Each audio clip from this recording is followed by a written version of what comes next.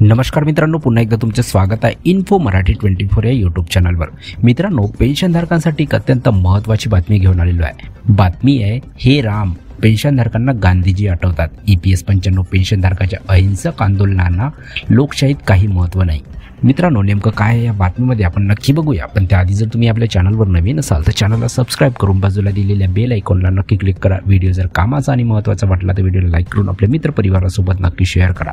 आणि हो मित्रांनो, व्हिडिओला शेवटपर्यंत नक्की बघा, जेणेकरून तुमच्याकडून कोणतीही माहिती सुटणार नाही।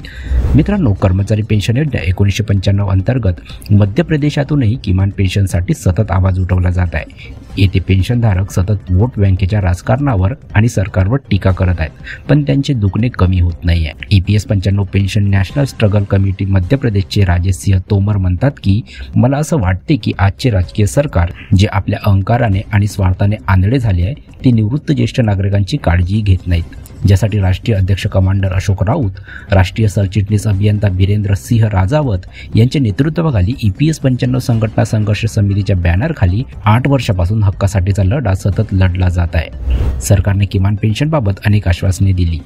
निवृत्तीनंतर वृद्धापकाळात मासिक पेन्शनची हमी होती की आनंदी जीवन मिळेल। सरकार आपल्या आश्वासनापासून मागे हटत आहे। जे मासिक पेन्शन देत आहेत त्या रकमेचा वापर स्वयंपाकाचे सिलेंडर खरेदी करण्यासाठीही करता येत नाही। पोटभर जेवण तर सोडाच, तसेच योग्य उपचारही मिळत नाहीत। त्यांच्यासाठी 4 कलमी मागणी आंदोलनाचा निकाल 8 वर्षानंतरही तसाच आहे।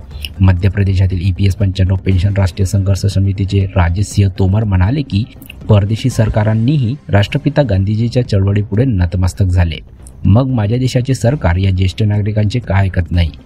या महान लोकशाही देशात अहिंसक चळवळींना काही महत्त्व नाही का? सर्वात उच्च स्थान आहे का? ते असे बोलले। तर मित्रांनो, कशी वाटली ही कामाची आणि महत्त्वाची बातमी? जर बातमी कामाची आणि महत्त्वाची वाटली असेल तर व्हिडिओला लाईक करून आपल्या मित्रपरिवारासोबत नक्की शेअर करा। तसेच जर तुम्ही आपल्या चॅनलवर नवीन असाल तर चॅनलला सबस्क्राईब करून बाजूला दिलेल्या बेल आयकॉनला नक्की क्लिक करा। व्हिडिओ बघितल्याबद्दल खूप खूप धन्यवाद।